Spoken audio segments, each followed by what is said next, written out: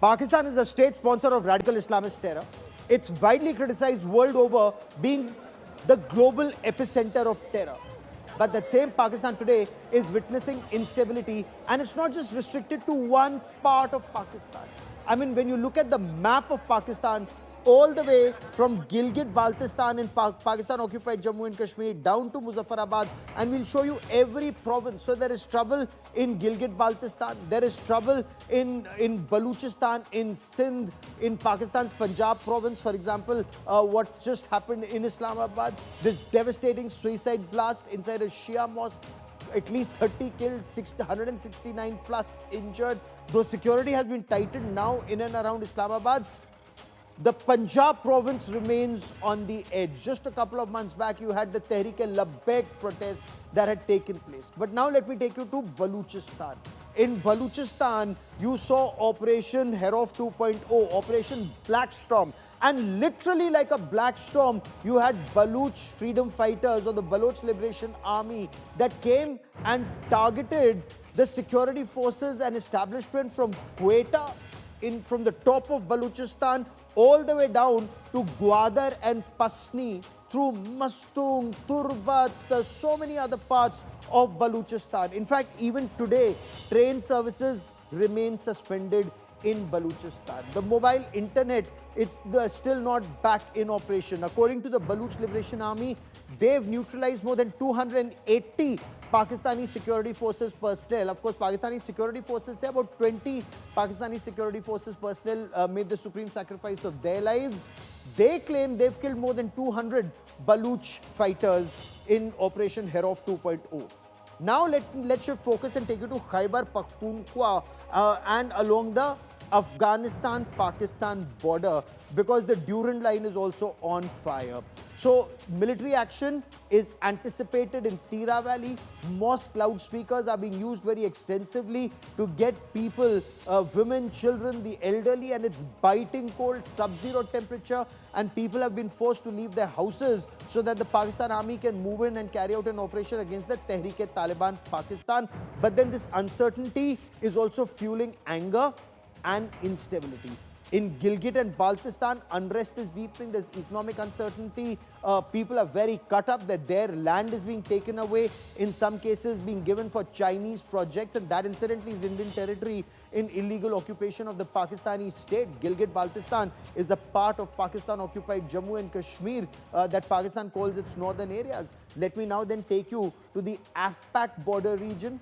That's on fire. Repeated clashes between Taliban, not just TTA, Tehreek-e-Taliban Afghanistan, but TTP, Tehreek-e-Taliban Pakistan, and the Pakistani security forces.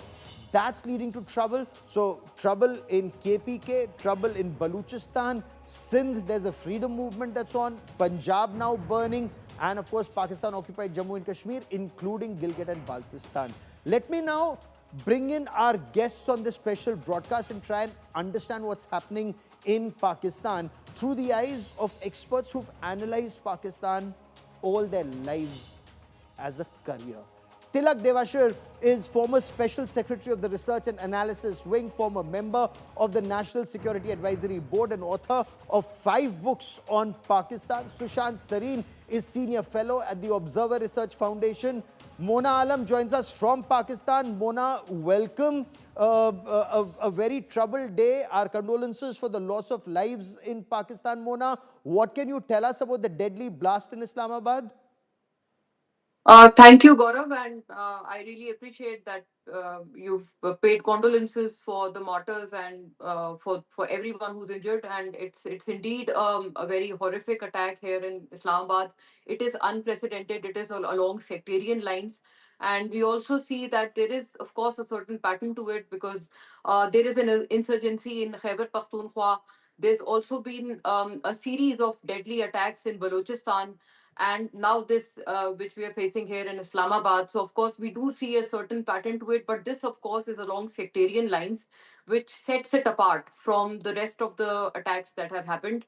But of course, no, I think the reason should be stemmed out, and we also do not rule out the involvement of certain foreign agencies in all such attacks, especially In when this it is along particular, in sectarian this lines. particular instance, Mona, Why was this particular Imam Barga, in your view or in the view of agencies in Pakistan, targeted? And was it by TTP or ISKP, Tehrik-e-Taliban Pakistan, or the Islamic State Khorasan province?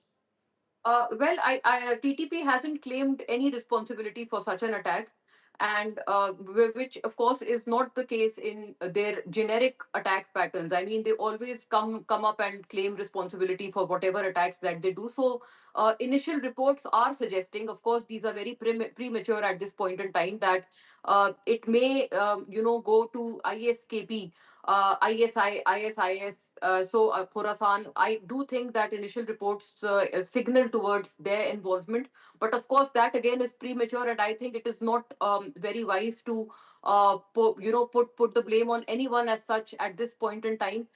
We will wait for the investigations to roll out and for investigations to mature at this point in time, and then of course we'll be able to give a certain comment as to who was involved in this very horrific Stay sectarian with attack. me. Let me also bring in Mr. Tilak Devashar and Sushant Sareen. Mr. Tilak Devashar, targeting a Shia Imam Barga during the Friday Jummah prayers in Islamabad, do you see this as just a random strike or a targeted strike intended to send out a signal? And if so, what signal and to who, sir? You see, certainly is a signal, Gaurav, because and Friday is, as in the past we have seen, that whenever blasts take place in mosque, it's always on a Friday, which is a day of prayer when everybody gathers together over there. So that is one.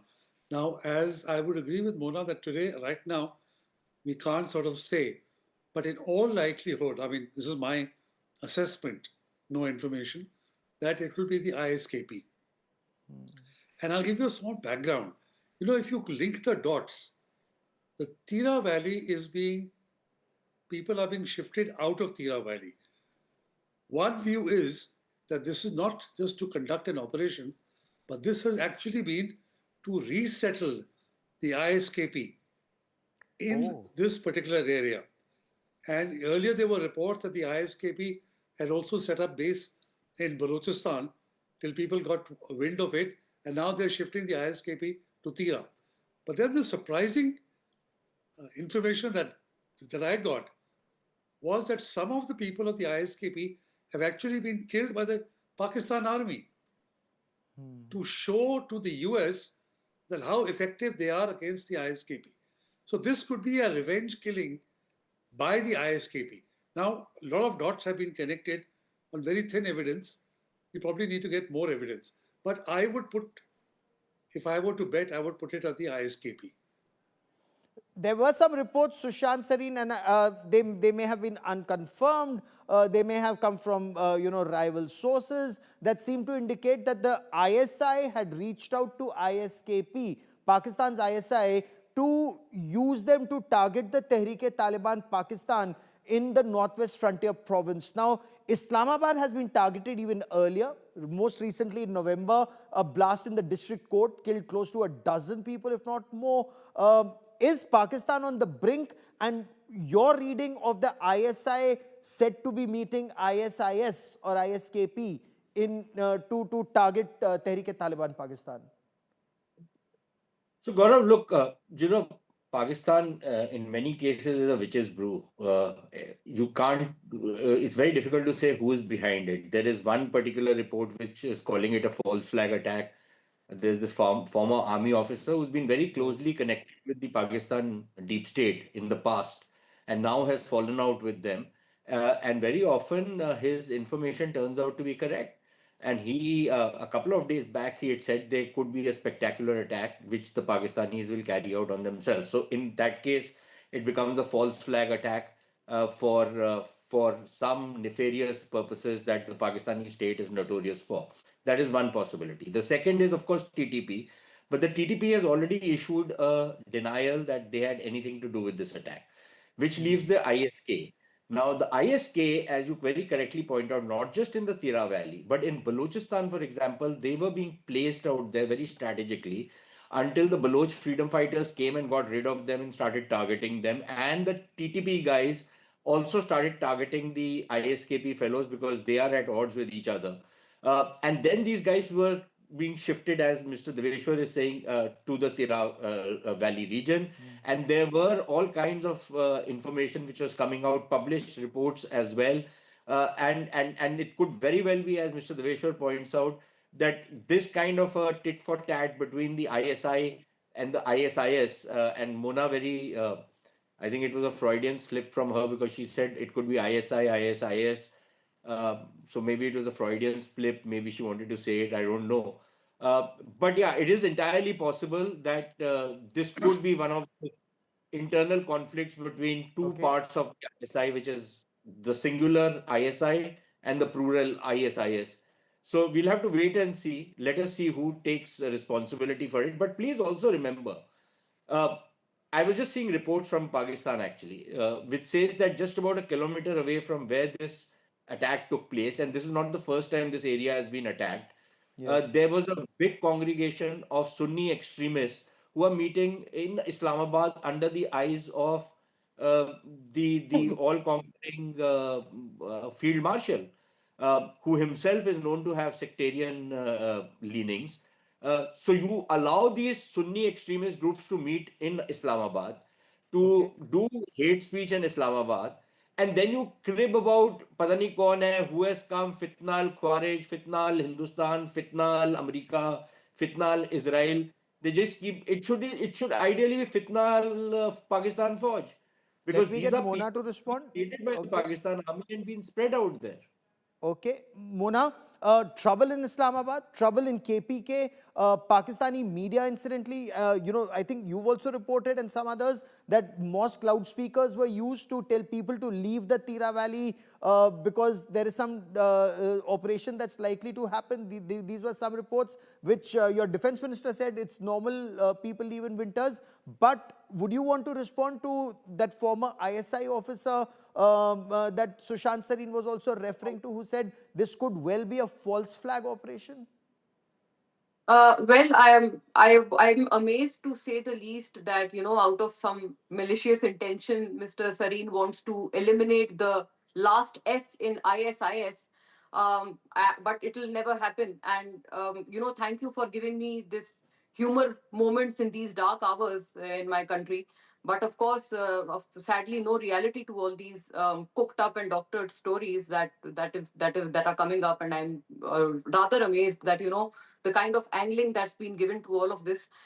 He also pointed out that the former ISI fellow. I suppose he's speaking about Adil Raja, who himself is, I think, facing serious defamation charges in the UK for all sorts of doctored and fake news, and he's under, in fact, I think, heavy defamation fine that's up to him to pay. And I also saw him seeking some monetary help in one of his ex posts. So such is the bizarre scenario of your most reliable source, which is being No, no, quoted we're by only utmost. asking. India has, he's a Pakistani, you're from But yeah, he's Pakistan. a It has nothing to do disgruntled with guy. us. We are only He's a asking you. disgruntled guy. He, of Okay, course, so has we his are only own asking reasons you to be what is disgruntled. happening, since this is Yeah, information that's coming in from there. We are not taking any of course. sides So in this. I was only trying to explain as to why his information is bogus and fictitious of the highest Sure. order. That's But the about it. point But that, the point that both Mr. Devashir and Sushant raised was trouble in Islamabad, trouble in KPK, trouble in Baluchistan, of the course, I myself have spelled Sindhis. out that I see a certain pattern to it. In my initial remark, as you may note, that I also spelled out the same, that I do see a certain pattern to it. It's not coincidental that these attacks are happening one after another. First in Pakhtunkhwa, then in Balochistan. And Pakhtunkhwa, of course, is constantly under fire. This, of course, I will also be very open and candid to the fact that there seems to be this lack of harmony between the provincial government and the federal government as far as KP is concerned, because they seem to be operating on extremely different poles apart strategies, which needs to be reconciled. This is, of course, a major reason as to why all of this is happening in KP in such a mannered manner. But having said that, I think Mr. Sareen also pointed out that Field Marshal and under his nose, certain sectarian speeches are happening In against the Islamabad. Shia Muslims. Yeah, but we are all aware that the interior minister himself is a Shia Muslim, a practicing Shia Muslim indeed, Mohsin Naqvi, and Field Marshal as well. He's wedded, he's married into a Shia family. This is a very known fact to all of us, even internationally to all of you. So this theory dies out on its own if you come to know of their Okay. own family linkages. Sure. So, Sushant sir, do you want to quickly respond before I bring in Mr. Tilak Devasher on this, that the interior minister is a Shia and the field marshal also, has family links? He's married in a Shia Yeah, family. Yes. he could be married anywhere, but when you are in power, these other loyalties have no meaning because you have to stay on in power. So then you even deal with the devil, and I can give you many, many instances of this kind of a thing happening inside Pakistan. So but if that is the fig leaf that you want to hide behind, you're welcome to it.